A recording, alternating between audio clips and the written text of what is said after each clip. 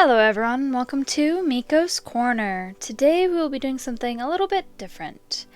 I wanted to give you an update on my lovely base, how I've upgraded it and formatted it, on the inside anyways. That was the trough for the horse that I bought. I threw on a couple of really awesome Doctor Who skins and finally got the rug and doors for them. And then I put my car chest there, put some stars on the ceiling, made a little hypnotic spinning wheel, food area, and that police box is actually a fridge, as you will see. It's probably my favorite skin for the police box from Doctor Who. Research bench with a box underneath of things I need to research. Bunch of cool ass rugs that I found. Very exciting stuff. More boxes, obviously. You guys saw me put some of these in, but maybe didn't skin all of them. Neon cat. And my workbench area. 1, 2, and 3. This is another one of the TARDIS skins, but for a locker. And of course we have our spiral staircase and a door for our TC area. I also bought the door closers. Someone complained about falling off my stairs, so I put in that prison gate. Sleeping area with some bags for my friends. That one's mine. That I believe is Caden's. That's his brother, Cece's. This one is Snape's. She's a very awesome individual. And that one, the hot dog, is Hagrid's, her husband. Couple of beds. This is where I go to bed at night when I log out each day. Or whenever I play anyways. I forgot to put on window bars. And this is my witch's tower. Very spooky and awesome. It took me forever to format the rugs on the floor to match up without any gaps whatsoever. I really wish I had recorded that day, but like, oh my god, I would have had to speed through it way too much. That's my mixing table with all my things for teas, fuel, explosives, and gunpowder. That's the other one. Just want to show you what it looks like when the mixing table is running. I was hoping to get 3 mixing tables and have one in each corner. And oh, and that's my hatch to the roof. It's a little janky because the top of the stairs has that railing. So it can be a bit of a pain, but I had it like an extra floor with windows so I could peek out and shoot, but I realized I like looking directly down. So I prefer a flat roof or a flat area that I can look down. And that build will be coming out very soon, that one in the background. I put that together. There are 2 large furnaces inside. It's kind of like a hangout area. And I believe I had just realized when I was recording this that the store was updated and I could add spooky things to the witch's tower. So we're going to see that put together here in a bit.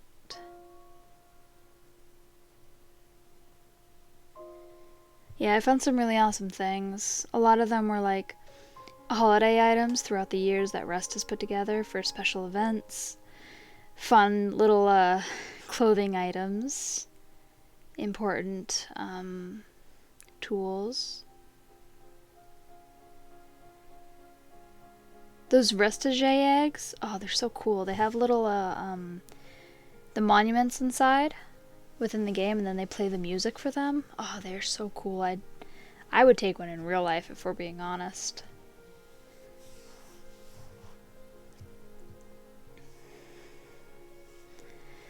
But I guess my next big build would probably be a theater-like setting where I could use the strobe light, I could use the fog machine, maybe the snow machine, things like that.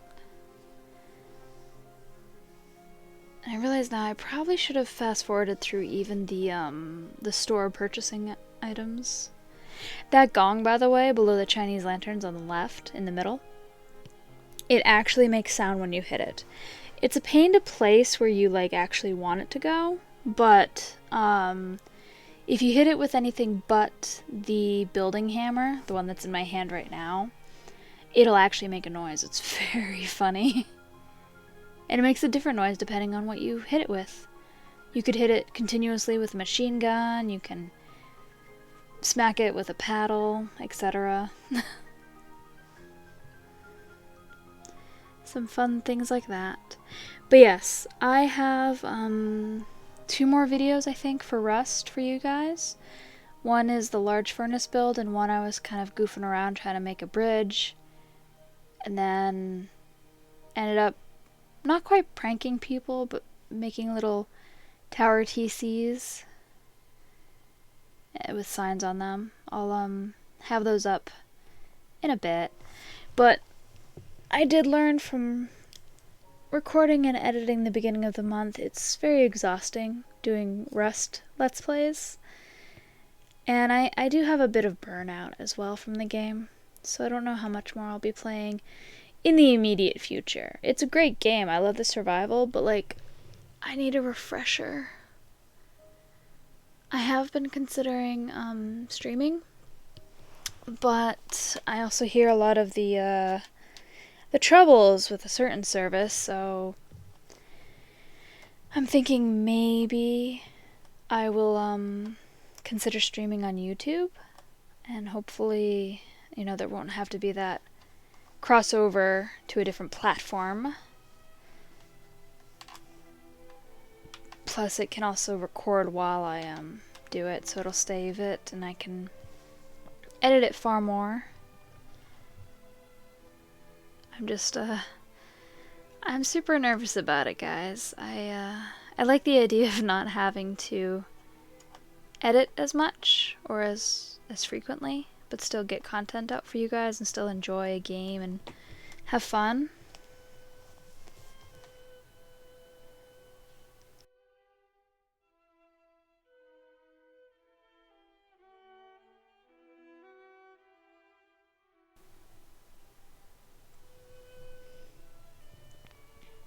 Especially with longer games like Rust.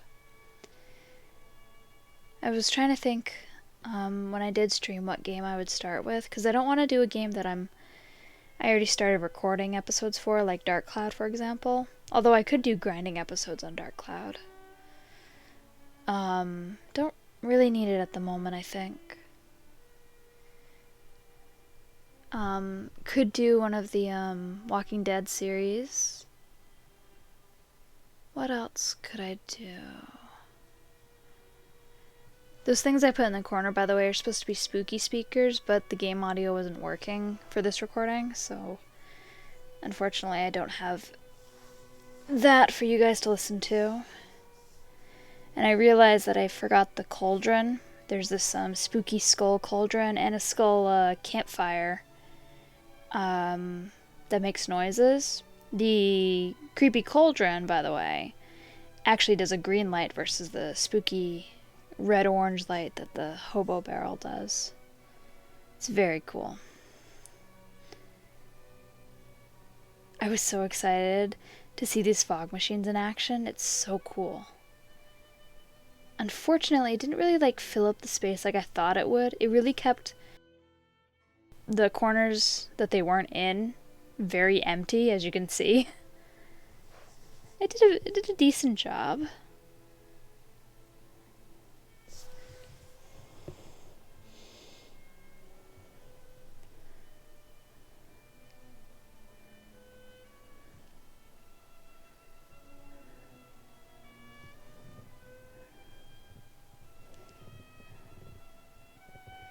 Basically, I'm doing a redesign once I saw it with the fog. Ooh, I could really do a creepy graveyard now that I think of it. With all the candles and the scarecrows, the crosses and gravestones. That was me getting excited about it working. And then I believe I I waited around in game so it was nighttime and then I could show you what it looks like at night, hence the slow walk up the steps versus the run.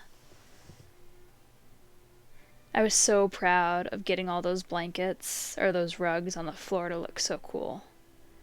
Look. Oh, it's so cool and awesome. I didn't have much for the spooky rugs. I had the spirit board and the skulls, but I didn't know what to do for the third one, so I went with the planets.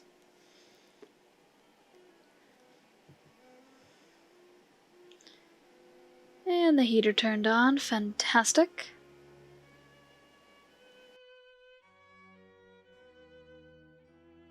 I do think I like the effect of the hobo barrel on the one corner, going through the scarecrow and you see all the shadows like shaking. But the double hobo barrel is a bit too light up there. If I had the green cauldron, now that would have been very cool. And the moon in the background, I just realized. The moon in this game is like very wonky. It's way too big. And I noticed it one time when I was at night at one of the oil rigs. Because I was looking at the oil rig trying to shoot down the scientists, and the moon was right behind it. And it was like as big as Jupiter. It was ridiculous. Oy vey. The bear rugs that you see there with the glowing eyes, it was called the Wolverine skin, I think, with the glowing creepy red eyes. Oh, and then I'm gonna do some more showing off. Yeah.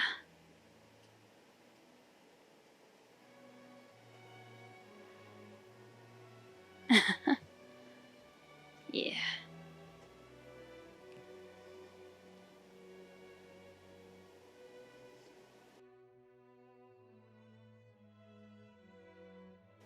I was very proud of the Witch's Tower. I kept telling everyone, I'm like, you need to come and check out the Witch's Tower. And they're like, the what? And I go, the Witch's Tower. And they'd come over and they'd be like, oh, it's part of your base. I'm like, yeah, it's the top floor, because I didn't have room on the bottom floor to put the mixing table, or mixing tables. So I just figured I would do the top floor. And then we have lights on our second floor for the first floor to look real nice and homey. As you can see, the TARDIS is glowing, which is why I prefer it over the locker. Or even the doors. I don't think the doors glow either. But yeah. That's the updated base that you guys saw me build.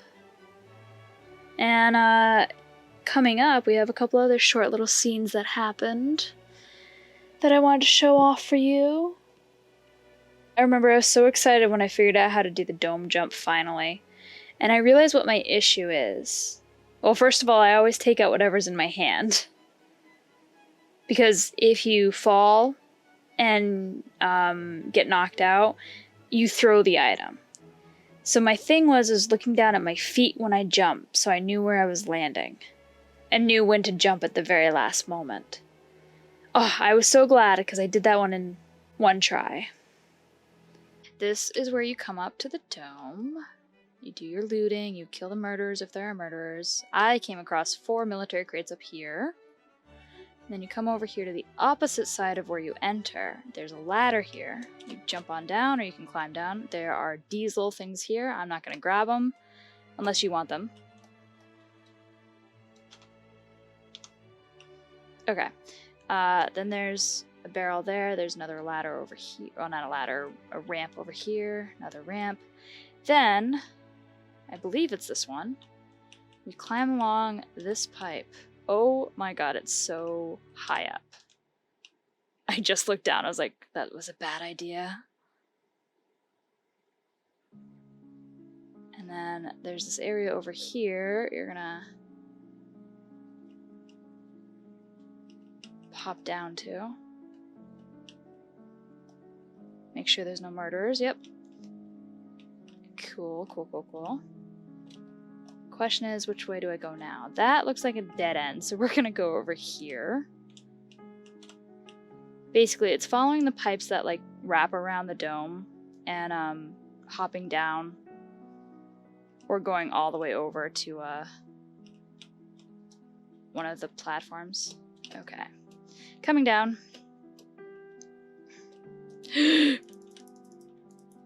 Murderers have respawned.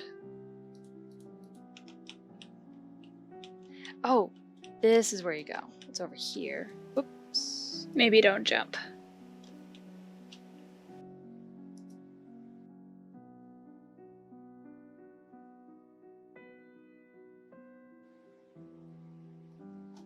And there's more barrels over here. And you're up on this tower now. So, yeah, I was super excited. Someone on the first server I was on for Rust, and I forget who it was now, and I feel so bad about it. They taught me how to get down from the dome, because I had fallen trying to go back the same way I'd gotten up. That jump right there, oh my god, so scary. I fell, and then I messaged in chat, I was like, does anyone wanna, or can anyone res me? Or whatever. And I think, or I don't know, I mentioned something in chat and was like, oh, do you know the back way down? I'm like, what do you mean? And they're like, oh, well, let me show you. And so we went over to Dome, I collected my stuff, and then we got up, and he showed me the back way down, which is much easier. And you get more loot, obviously. So, my friend Rocket showed me 2 ways on how to take Bradley down. The first way was with the rocket launcher from the ticket booth, which you're gonna see me get to the ticket booth at some point here in the next few minutes. And then he also told me that you can actually take him down with like 3 C4, and it goes by like super quickly.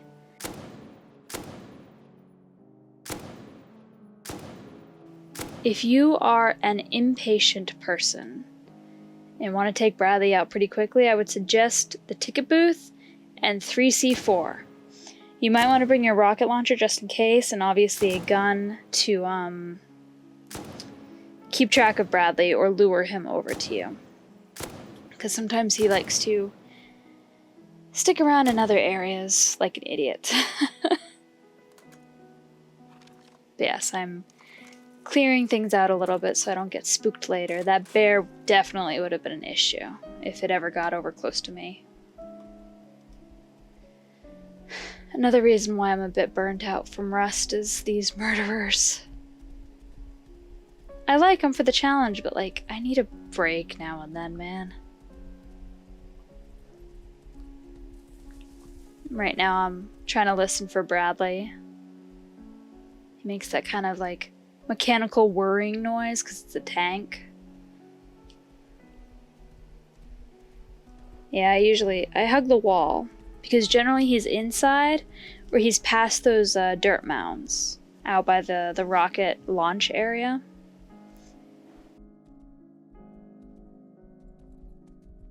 Just gotta be careful of the broken pieces in the walls.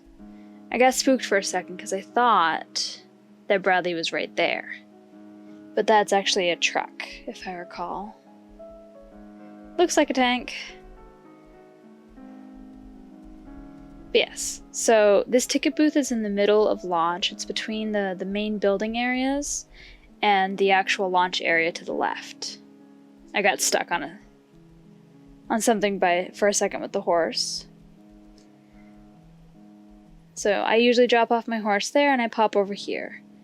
Once you're in here, you can crouch down and peek through there. And generally, Bradley can't see you and hurt you. The windows are good protection, so you can stand up and look for him. I ended up binding crouch to my Z key, so I don't have to hold down the crouch while I'm taking Bradley. He was moving very fast today. I don't know. Oh. That was scary, seeing him go by so quickly. I was like, are you kidding me? It was like he had the zoomies or something. So So yeah, and then he runs back over there. And then he's gonna come to us at some point. Just gotta be a little bit patient.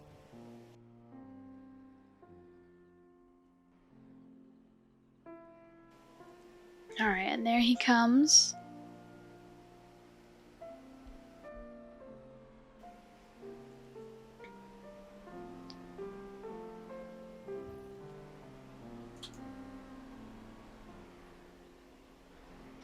Taking his sweet old time. Yes, preparing the timed explosive, or C4. Get in the right position. You can see I'm a little fidgety. Want to make sure I don't get hung up on anything. 1, 2. I probably could have gotten a third one in. But as you'll see, he almost immediately starts to smoke. Which means a ton of damage was done to him. Unfortunately, the asshole started to go in a different direction and didn't turn back around to come at me again.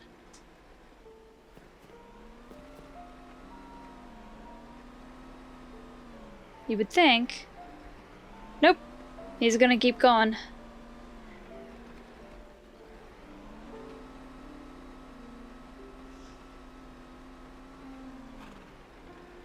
So, we lure him. I usually do this if he's close enough. You can see he turned around there. Coming back over. Heal myself up real quick because Bradley can shred you very quickly. I was lucky I didn't have to pop back out for him to come over again. Because I've had to pop out of the ticket booth and shoot a rocket at him where he was right there. And here's the third one.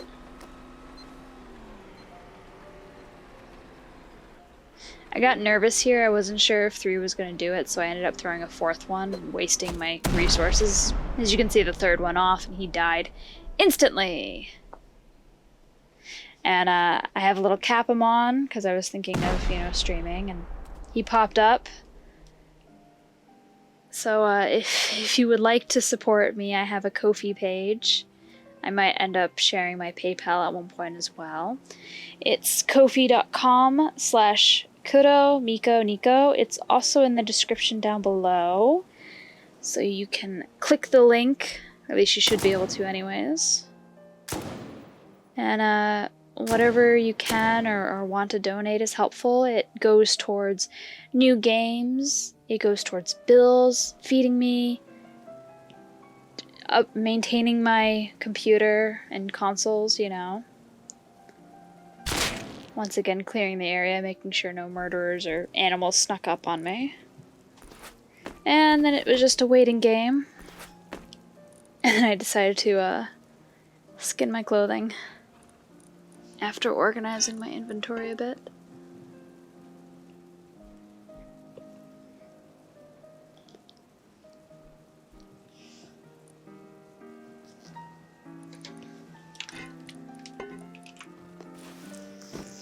It was funny, I hadn't played Rust in a while, or taken Bradley in a while, and I got really super nervous when I got into the ticket booth. It was a good thing I wasn't recording my audio at the time, my mic. I would have been real spooked. I was glad to see that a few skins were actually loading better than they had previously for me, because most of the time I had a few very consistently that still had the blue refresh circle on them, but this time when I logged in, it seemed to be working a little better. Don't know why.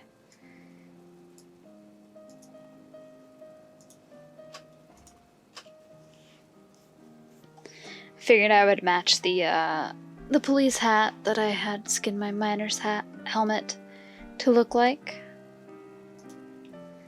Went with an all black getup and the police vest, of course.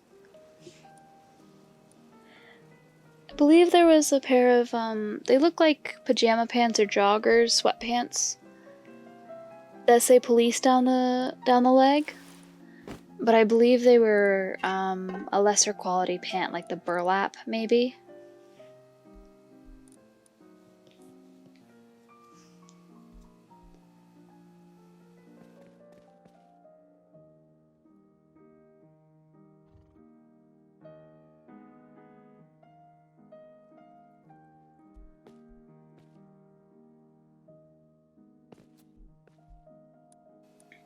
looting all the boxes. Got some decent stuff. I don't know why I clicked them and looked at them before grabbing them. What was funny is that I didn't even use any rockets, but I got rockets back from defeating Bradley.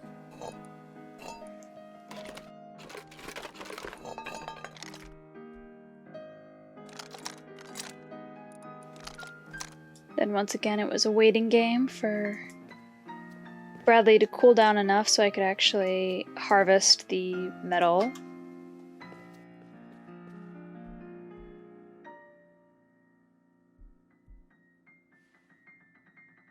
It felt like I was missing something when I was mining Bradley. And generally you see the top of the tank, you know, where you can go in through the ladder hatch on the front, on the top. Because I was like, I feel like I'm missing something. Because usually I stand on top of Bradley and I look for murderers or what have you.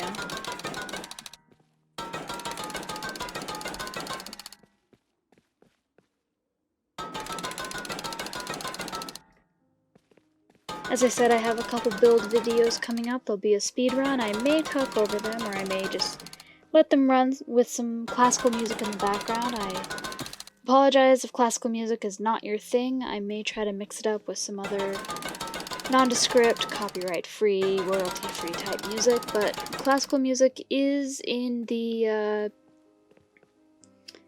Free Commons licensing, so I can technically play it without getting in trouble. And I can monetize it if I ever get to monetizing in the future.